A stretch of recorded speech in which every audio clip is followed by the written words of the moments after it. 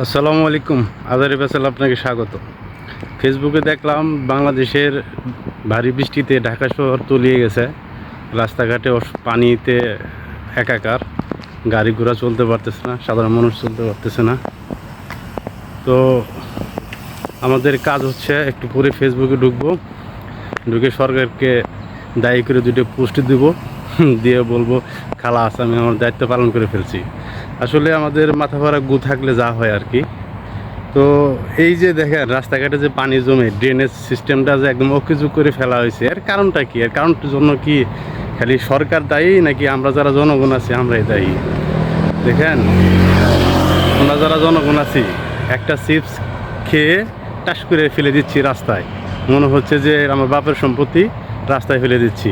আর ময়লাগুলি রাস্তায় ফেলে দিচ্ছি, অসংখ্য অগণিত পলিথিন রাস্তা। এবার ড্রেনগুলিতে দেখলে তাকাইলে দেখা যায় যে কি পরিমাণ পলিথিন রাস্তার ড্রেনগুলিতে জমা হয়ে যাচ্ছে ডে বাই ডে, এবং কি বৃষ্টিতে আসলে সেই পানি ড্রেনেজ সিস্টেম কাজ করতেছে না।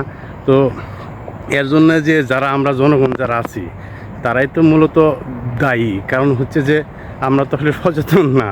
কারণ হচ্ছে যে আমরা তো কোথায় কি ফেলতে হবে, কিভাবে চললে আমাদের দেশটা ভালো থাকবে, কীভাবে চললে অন্যের ক্ষতি হবে না, এই চিন্তা তো আমরা কখনই করি না। আমরা শুধু নিজেদের নিয়ে ভাবি, বা ফেসবুকে এসে সবাই সুশীলগিরি দেখাই।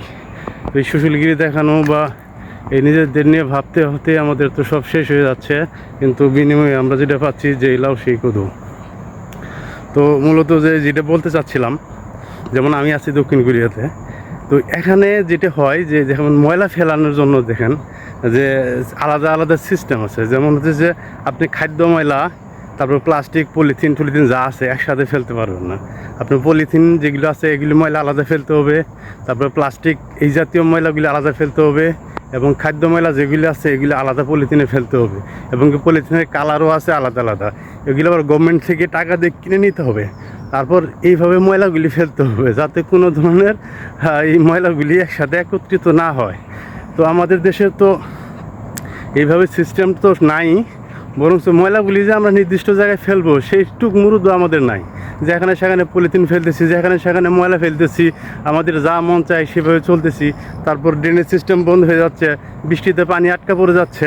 আমরা ফেসবুকে ঢুকতেছি, সরকারকে দায়ী করে দুইটা পোস্ট দিচ্ছি, আর আমি বলতেছি বাহ আমাদের দেশের সচেতন নাগরিক, দেশের বিশাল উপকার করে ফেললাম। আসলে তা না।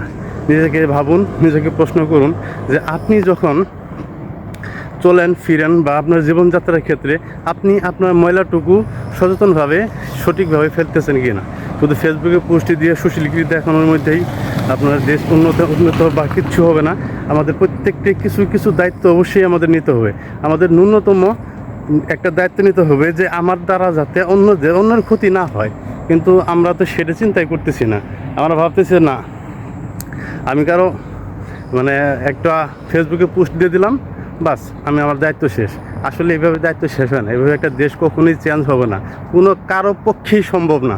যদি ন্যূনতম আপনাদের সেন্স না ফিরে, হুঁশ না ফিরে, আপনারা যদি ন্যূনতম সভ্য না হন, নিজেরা অসভ্য হয়ে একটা দেশকে চেঞ্জ করানো কোনোভাবেই সম্ভব না।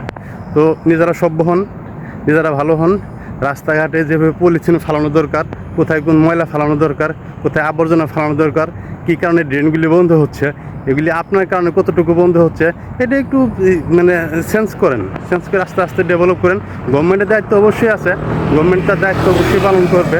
আর পালন করতে যদি সে ব্যর্থ হয় সেক্ষেত্রে তখন সাধারণ জনগণ অবশ্যই তার বিরুদ্ধে কথা বলবে। কথা বলার অধিকার সবারই আছে, বলতেই পারবে।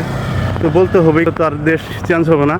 তো এই শুধু মনের উপর দোষ না চাপিয়ে নিজেরাও কিছু দায়িত্ব নেন, তাহলে দেশটা চেঞ্জ হবে, দেশের মানুষ চেঞ্জ হবে, দেশের সিস্টেম চেঞ্জ হবে, দেশ উন্নত হবে। ধন্যবাদ সবাইকে। আসসালামু আলাইকুম।